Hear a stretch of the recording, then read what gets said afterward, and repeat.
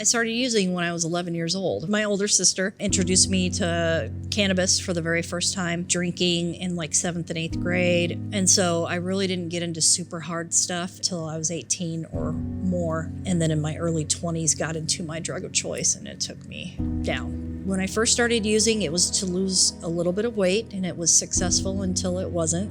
And I met the father of my children, who actually was my drug dealer at the time. I was pretty deep into my addiction, a lot of homelessness, a lot of moving around, moving out of apartments late at night. And then I got pregnant at 27 with my daughter, and that was scary. I grew up in this neighborhood. I grew up right around House of Mercy. I went to elementary school right down the street at Moulton. Growing up without my mom was pretty tough. Like sometimes she would come home. She would say she was going, to the store or wherever, and then she wouldn't come back. And I remember I would know that she wasn't coming back, but my little brother was a little bit younger, so he would just wait at the window sometimes for days. We did still live with my dad, but my dad was also actively using. I wanted to be with my kids, but I would go home and didn't want to be with their dad. And that was kind of, my kids were where the dad was, but I knew that he was unhealthy, and I just would take off and use again, and I would use even more so that I could forget the pain that I was causing.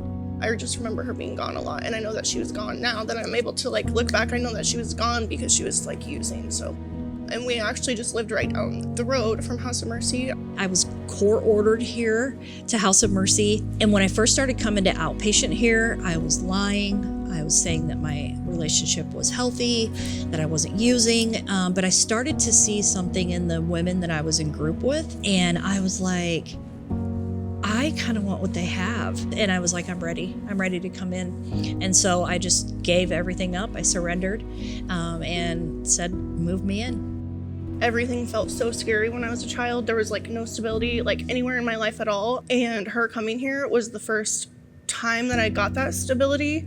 It just gave her the skills and the confidence to show up the way for me that I wished that she would for a long time, and she did. So when I first came here, it was the first time that people didn't look at me like I was worthless, and they just listened to me, and they didn't get a look on their face, or their body language didn't tell me that they were disgusted with me. They just accepted me and listened to me, and that made a whole bunch of difference for me to just be able to open up and feel safe. I didn't really realize that we were in drug treatment, so I honestly remember just a really huge sense of community. That's the number one thing that sticks out to me here. There was a lot of women around. There was always kids to play with. There was lots of people to love on me. And I remember just seeing my mom get healthy and come back to us. And when she finally was in our lives again, she was just a totally different mom. And she has continued to be a totally different person for the rest of my life. She has almost 22 years clean now, and we have a really strong relationship. She's one of my best friends in the whole entire world. I am just so thankful for the time that she did spend here, because I wouldn't have her today if she never came here. I don't even know if she would be alive or not, but I definitely wouldn't have her as the person that she is today, and I'm really proud of her. There's no doubt in my mind I would not be alive anymore. And so it saved my life. I did the work, but House of Mercy saved my life. And so I was like, I really want to give back what was given to me, and all the staff. I want to be that for somebody else. And so, a few years into my recovery, I applied and said, would you guys hire somebody like me? And they said, we would be honored to have somebody like you.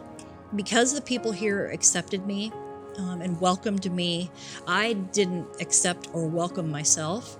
And that this is where that process began. And I still believe that is one of the biggest lessons to learn for the women that come in, because a lot of them have the same feelings towards themselves. And this is a place to start to learn how to accept yourself, and then to like yourself, and then eventually to love yourself. About 5 months ago, I just really had the feeling that I wanted to have more meaningful employment, and right around that time, a position opened up here. And so my mom was telling me, you should apply for this position. And so I went for it, and they hired me, and I have loved every single second of it. I feel like I found my purpose here, and I really connect with all of the clients. I feel like my story and my mom's story gives them a really great sense of hope.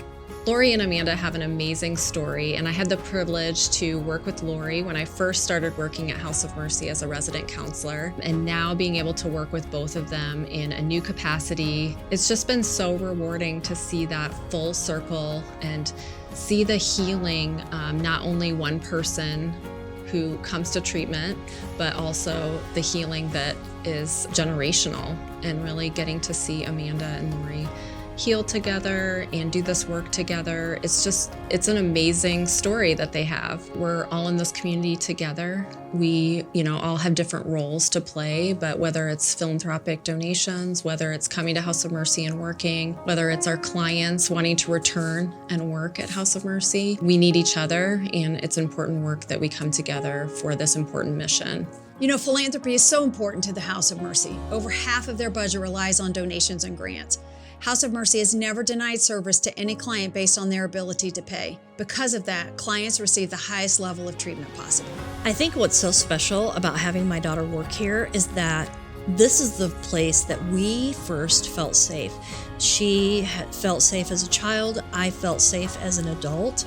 And so for us to be kind of coming full circle and to be able to give back what we were given is truly an honor. It is sacred. And it's really fun to watch.